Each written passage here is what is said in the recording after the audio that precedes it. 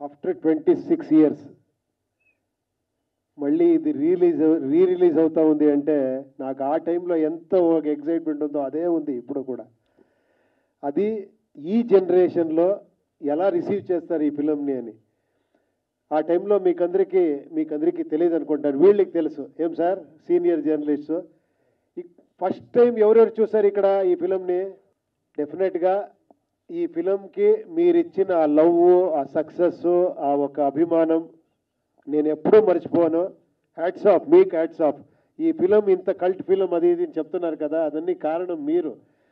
Press వాళ్ళు, audience, వాళ్ళు విశాల హృదయం, మీకు ఇది ఉంది. ఇంత చిన్న టాలెంట్ ఉంటే కూడా ఇలా చూస్తారు, మీరు ఇలా రిసీవ్ చేస్తారు. అది మీ గొప్పతనం. Thank you very much sir. I wish you all the best. ఈ ఫిలిం బాగా ఆడాలి. ఇంకా మీరు చాలా ఫిలింని ఇలాగే రిలీజ్ చేయాలి. చాలా ఫిలిమ్స్ ఉంది, తెలుగులో, తమిళ్లో, అన్ని మంచి ఫిలిం ఉంది, రిలీజ్ చేయండి. ఇప్పుడు ఇంకొక ఫిలిం నేను చేస్తూ ఉంటాను, యుఐ అని. అది నామాలాగా ఉంటుంది. అది ఇంకా 1.5 మంత్లో రిలీజ్ అవుతుంది. అది కాపీ రెడీలో నేను చెన్నైలో వర్క్ చేస్తూ ఉంటాను.